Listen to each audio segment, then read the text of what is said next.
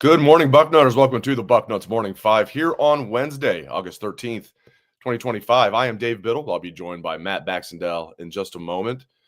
So all offseason, we've been talking about like how much we like this offensive line. And I still feel that way. I still like this offensive line a lot. But we thought we knew the starting five left to right. Well, we talked to Tyler Bowen yesterday. We talked to Ryan Day the day before that. First of all, we didn't know the correct order left to right. They left spring, of course, with Ethan Onianwa as left tackle, Austin Siereveld at right tackle. So it's not like Onianwa just got here in June. So they got to look at him. They're like, well, he's not really what we thought he'd be. They saw him throughout spring.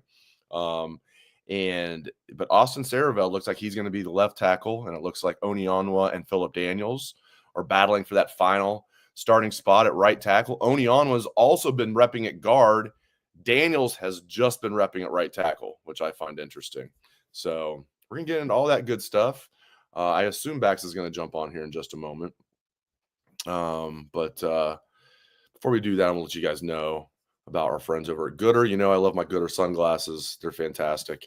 They start at just $25 a pair. There's a bunch of different styles. $25 a pair. Come on. I think their most expensive is like $35 a pair. I like my Operation Blackouts, as you guys know. That's my favorite. The ladies, I would recommend the Amelia Earhart Ghosted Me. There you go. Maybe get a pair for yourself, get a pair for your significant other, kids, friends, other loved ones. Perfect. 1-year warranty and 30-day free returns. As I always say, you won't need that stuff, but it's nice that it's there. They're lightweight and comfortable, 100% polarized, no slip, no bounce. It's designed for everyday wear. If you like run, bike, hike, play tennis, whatever it might be, Gooders are perfect for those because they will not move. All right. If you guys need a new pair of sunglasses, Gooder is giving Bucknuts Morning 5 listeners free shipping. You can go to gooder.com/Bucknuts, use code Bucknuts for free shipping. Gooder offers, like I said, a 30-day money-back guarantee and 100% satisfaction. Again, that's gooder.com/Bucknuts. Use code Bucknuts for free shipping. All right, let's bring in my friend Matt Baxendell here. Good morning, Bax. Good to see you on a Wednesday, sir. Hey, Mr. Biddle. Less than 2 weeks until we are talking about some football at this point. Heck yeah. That's the thing, man. It's like this O-line situation, I'm curious about it. And I want to preface it with, I still really like this O-line. I love it. I mean, the depth especially. But as Tyler Bowen said yesterday, they're still trying to find their best five. He didn't say the following, but I'm pretty sure 4 spots seem pretty locked into me. Siereveld at left tackle, which all offseason we thought he'd be the right tackle. Luke Montgomery at left guard, Hinsman at center, and then Tegra at right guard. So then it might, looks like it's going to come down to Phillip Daniels and Onianwa at right tackle, but Bax. Onianwa was also repping inside at guard, and Daniels is just repping at right tackle. And Ryan Day said, as of right now, Siereveld is exclusively repping at left tackle. Unpack all that for me. What's your take on all of that? Well, I think if you had told me there was one spot on the offensive line we were certain of going into the fall, based on everything in the spring, there would have been a consideration to say Onianwa at left tackle. So the fact that he's not really tells you something. I mean, I had it as sort of like ink that Onianwa was going to start at left tackle. And now we're sitting here and he might not start at all. I think the big reason I think I bring this up, though, Dave, is it's like he was in spring. We knew what he was. He was good. The fact that Daniels and Siereveld are pushing to potentially overtake him, I think is credit to them versus him not being good enough per se. I think they just might think the line is better with these younger Ohio guys that are earning these spots. So, from a coach's perspective, if you can have a guy, if you have 2 even guys and one of them's a redshirt sophomore like Phillip Daniels and the other one's a 1-year transfer, don't you give the younger guy the chance to do it so he plays a little more? Maybe you get 2 more years out of him.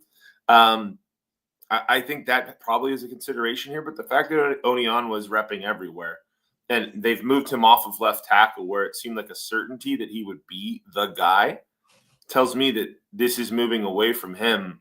And our transfer from Minnesota, Daniels, may be this starting transfer that we have this year on the line.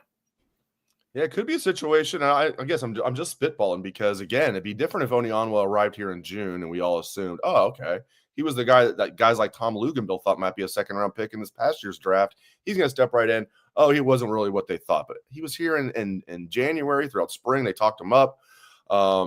It could be a situation, again, just spitballing, where since spring ended and camp began, Daniels just worked his butt off and maybe Ethan didn't. But I don't know. I mean, Daniels does look good out there, and he does look like he's like a little bit more, which is hilarious to say this when you're talking about Ethan Onianwa, who's like 6'7", 335. Looks like Daniels might be a little more powerful, not quite as tall. He's 6'5", 315. Daniels, his arms look a little bigger. So, man, if I'm betting right now, I think Daniels is going to be the right tackle. Nothing's etched in stone, and Onianwa is going to be that sixth man. We had a question like in the chat I saw. Does that mean Onianwa was a miss, or does this mean this is actually good? We have depth. I would go more of the latter. Maybe Onianwa's not what we thought, but if he's the sixth man, and that means it's not by default Daniels stepped up and won that job, then you have a guy like Onianwa who can be your swing tackle, both spots, and play inside at guard, because they have Padilla if anything happens at center. That's a luxury right there if you have Ethan Onianwa as a fifth-year senior as your swing tackle and also a backup guard. And, there's no room for sentiment at a place like Ohio State, but it makes you kind of feel bad for Onianwa. I mean, again, there's talk about him being a high draft pick this year after the season at Ohio State. I think everybody thought he would start. I think it does tell you that there are no promises made, because if he was promised he would start, he'd be starting. Let's be honest. I mean, maybe he still will. But it'll be interesting to see, because it's going to be a conversation for future transfer people of, well, what do I get if I come there, right? Well, Ethan Onianwa went there after starting for a couple years at Rice, and then he didn't even start. There is a impact to that big picture too. But at the end of the day, you got to play your best players. There's no room for sentiment. So it's really interesting watching this play out to me right now. Yeah, we had a question. Did anybody say he's definitely not the left tackle? No, nobody said that. Nobody said that. Let me see if I can actually find the question. I know it was in the chat somewhere. No, it's not like they came out and said, well, Ethan's John on YouTube. Did someone say he wasn't going to be a starter at left tackle? No, but you can kind of read between the lines on Ryan Day, like less than 3 weeks from the Texas games, like Austin is exclusively repping at left tackle. And keep in mind, what did he say about Austin Siereveld in the spring? Well, he's definitely going to start. We don't know where. He will be a starter. We don't know where, but we know he will be a starter. Now it looks like left tackle. So, no, did they come out and declare Onianwa was out of the race at left tackle? No, but reading between the lines, it sure looks like he is. But again, man, this could be a good thing. I think it was like just a few months ago, they needed a lot of depth on the offensive line, which is why we're still basking. So they have the blueprint there, and it's easy to sell to these guys. Listen, we were down to our eighth guy really last year because they had Zen Michalski a shot before they gave even Luke Montgomery. If you're the sixth guy, you're going to play a lot. We're going to have our Bison packages, even if everybody stays healthy. So it's easier to sell that coming off a national championship when you needed like 8 linemen. Ian Moore's in the mix too. I'm telling you, Gabe Van Sickle's in the mix, not to start, I don't think, but they like these guys. Some of these redshirt freshmen like Ian Moore and Gabe Van Sickle. Jake Cook's another one that was underrated in the recruiting process, a true freshman. Again, I don't think he's in the mix to start or anything, but he's going to add depth at guard. I think Jake Cook's going to be a good one here down the road. So they've done an impressive job of stacking some depth here, man. Do you remember the 06 Texas game where Ohio State went down to Texas and they ended up having a touchdown drive where they put the entire backup offensive line in because they felt good about the depth they had on the team? And this is 20 years ago now, so maybe it's just me who remembers this. But you got the depth to do stuff like that if you feel like your O-line needs to get, if you have a chance to put that second team line in. It wouldn't surprise me one bit. I mean, there's 2 lines here. There are really legitimately 2 lines here that could start in the Big Ten. So it's a good problem to have. There have been years where we're like, oh, my God, I hope nobody gets hurt on the offensive line. Oh, my God, what happens if somebody gets hurt at tackle? So it's a good problem to have because I can't tell you how many times that I have been as a Buckeye person going, oh, my God, please don't let so-and-so get hurt. All right, so this coming Monday, so 5 days from now, there is a press conference, Ryan Day, and then both coordinators, Matt Patricia and Brian Hartline. That's going to be fun on Monday. Practice isn't open, but scrimmage number 2 will be in the books. We'll see how much they tell us about that, but we're getting both coordinators and the head coach. All right. I've pegged that as the earliest Ryan Day will declare a starting quarterback. I'm not predicting that's when it'll be. If I had to bet my life, I would say it would be the following Monday, the week of the Texas game. He'll announce it. There's a chance he'll announce it this coming Monday. What do you think? I don't think he tells us if he doesn't tell us this Monday because he said he wants to know 2 weeks before, right? He said he was hoping to have a quarterback 2 weeks before the Texas game in place. that Monday fits the window of when he sort of named starters in the past. The Will Howard, the Justin Fields, even if it was obvious and we all thought it would be that guy, that was roughly when the guy, quote, earned it, if you will. So if we find out who the starter is this upcoming Monday, I think it's sort of confirming what a lot of people thought was happening and maybe gives a little insight as to how, quote, real the competition was. And if we don't, then I don't know if we find out. And I think it tells you the competition is very real and he's not sure who he's starting yet. So, and if he doesn't tell us 2 weeks from Texas, why would he tell us 1 week? Just run out and start who he's going to start. Make Texas think about it. It's one of the few times you can actually sort of hide it, right? Like at the end of the day, you can certainly, you know, when the press comes through for the reps and drills you guys get to see, you know, you're not going to see the team running plays necessarily. You're going to see them stretching and doing warm up, all this stuff. You can hide it for the first game. After the first game, you can't. So why would Ryan Day choose to give away information if he's not entirely certain? Unless it's, Julian starting. You know what I mean?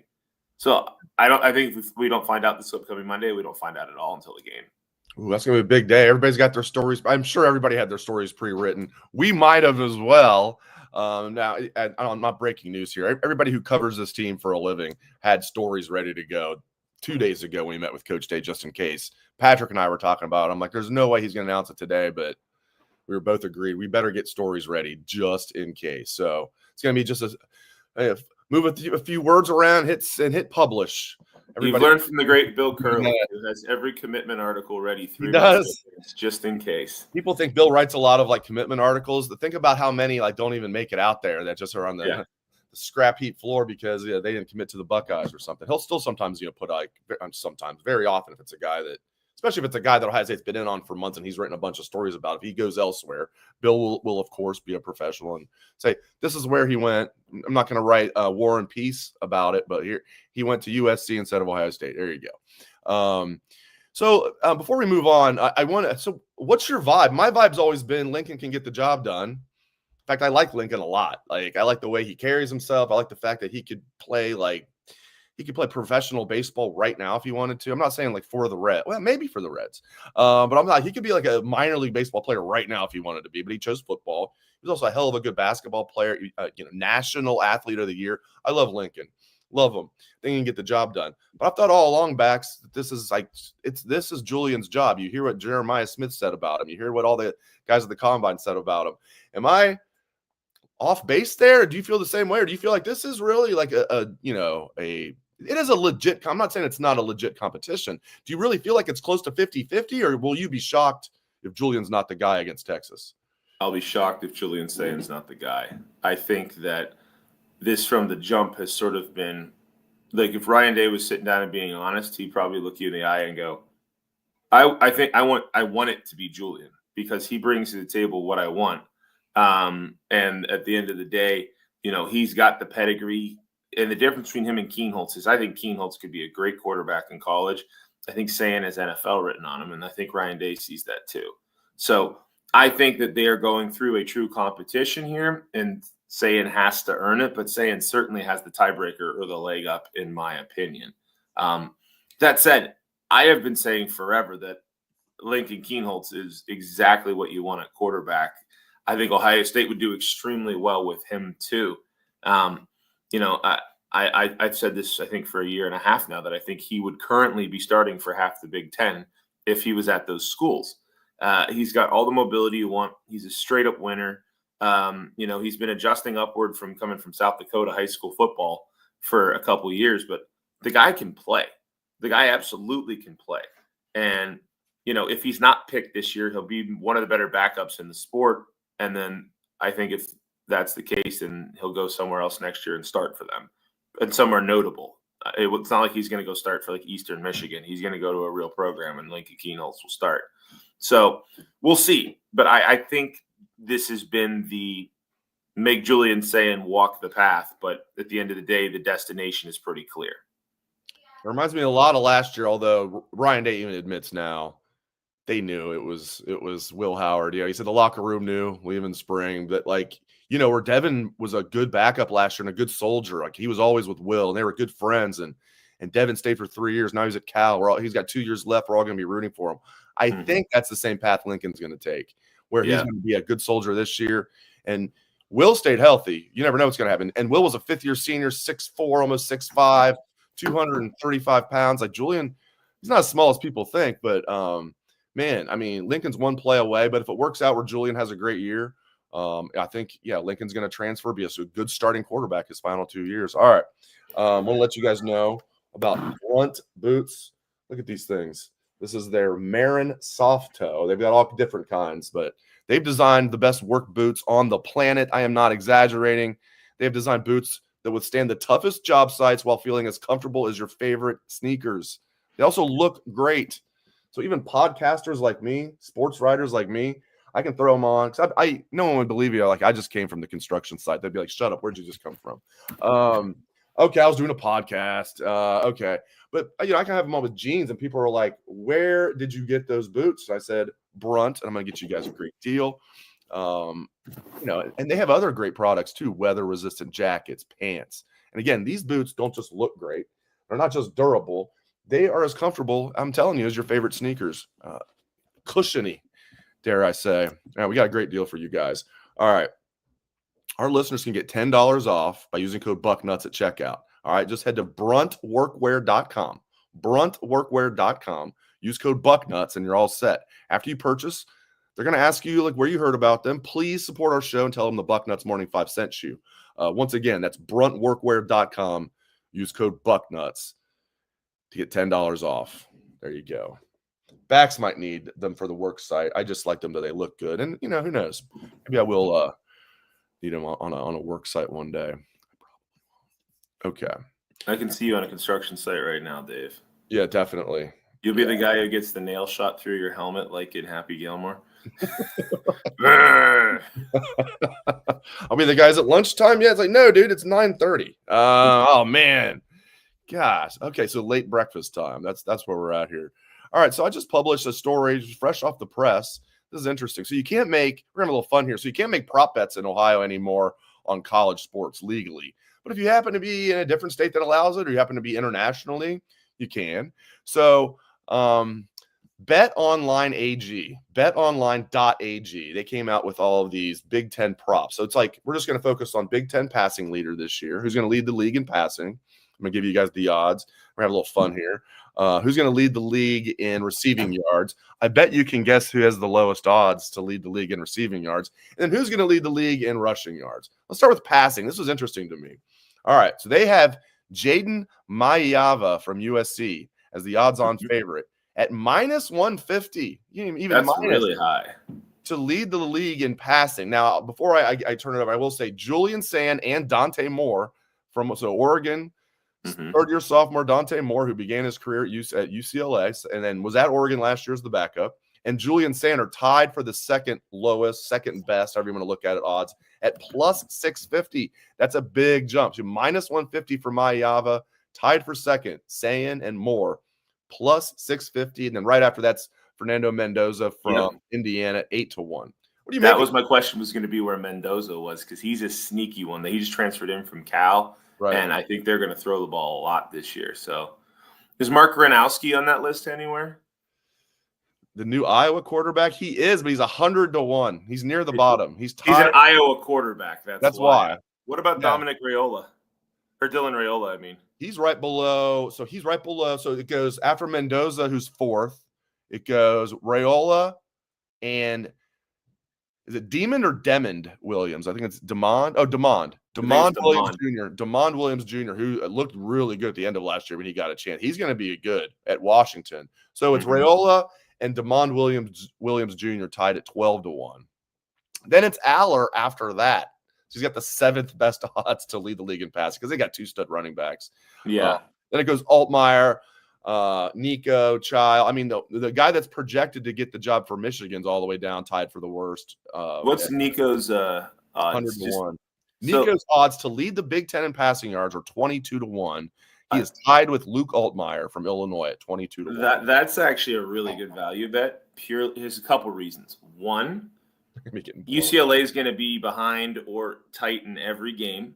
Right. 2, they play sunny home games. So it's not like they're going to have home games in November where it's 4 degrees outside and the passing game kind of gets knocked down a little bit, right? And 3, that guy is good. So that's a sneaky one there. I wouldn't – if you were into value betting, that's the best one on the list to me. Dante Moore has nothing on Dinty Moore. Oh, we got dad jokes. I'm here for it. Troy V, if you're not a dad, you're destined to be one with a joke like that. I'm here for it. I'm a dad joke aficionado, so I like that.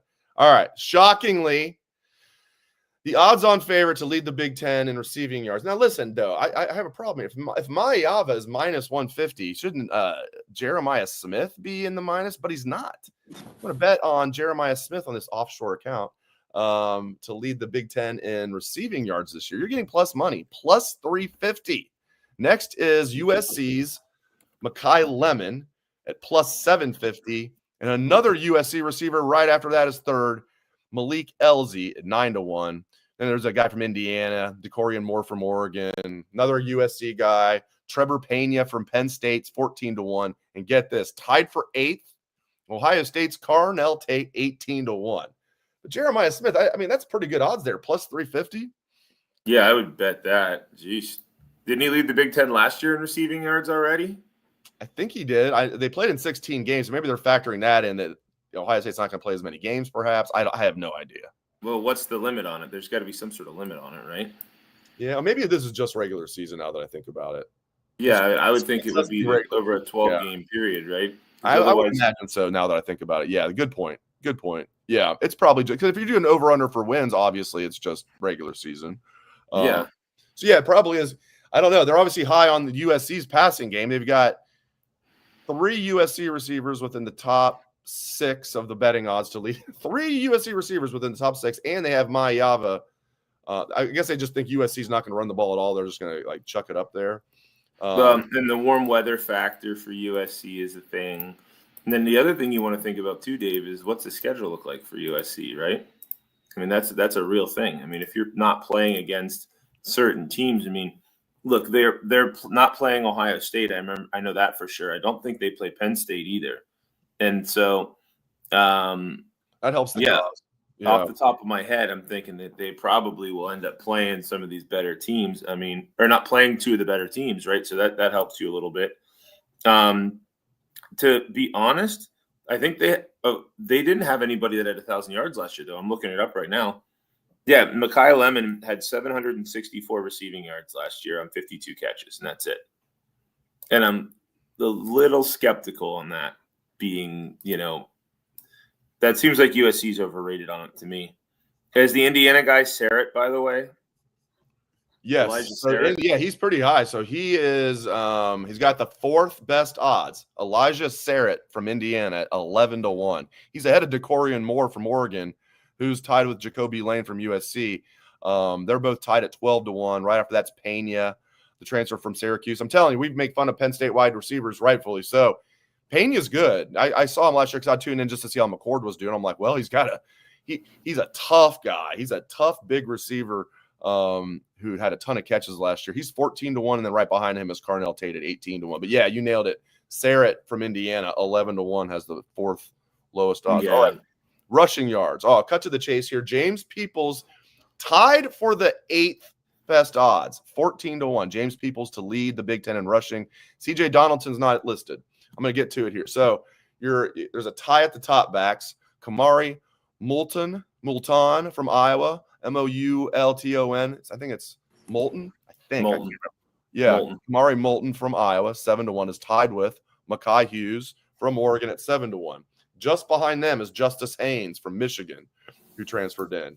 He's 3rd, 8-1. Jalen Berger from UCLA, 9-1, tied with Jonah Coleman from Washington at 9-1. Next is Darius Taylor, Minnesota, 10-1.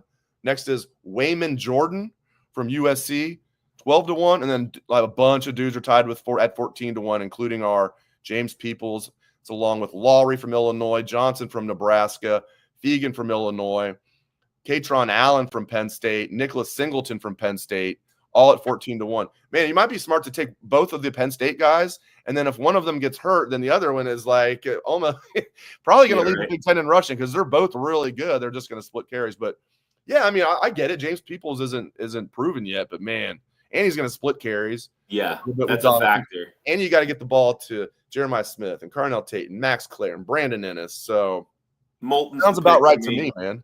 Moulton's the pick to me. Iowa always has one guy that has like 8,000 carries and scores 19 touchdowns. And I won't be surprised one bit if Moulton's the guy who leads the Big Ten this year because he's going to have the most opportunities. All right, before I let you go, what else? I'm sorry to put you on the spot here. Think about it first. I want to ask you what else has kind of stood out from the first 2 weeks of camp. So at tomorrow marks, really today is the 14th day of camp. So we're about 2 weeks into camp. As expected, we don't know the starting quarterback yet, but we think we do. Not as expected as we already articulated. We thought we knew the offensive line left to right. We didn't. We think we do now other than right tackle, but maybe we know that as well. I guess other than those things, what's kind of jumped out to you the most through the first 2 weeks of camp? I think the biggest thing that stood out to me is that we haven't had any major injuries.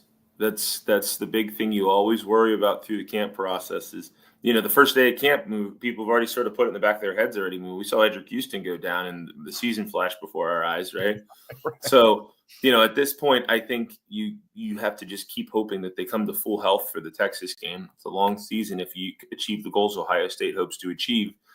And so far, so good on Ryan Day being like, well, we had an unfortunate thing happen and he's going to be out a while. That hasn't happened yet. So hopefully, knock on wood, that doesn't happen at all. To me, that's one of the biggest standouts.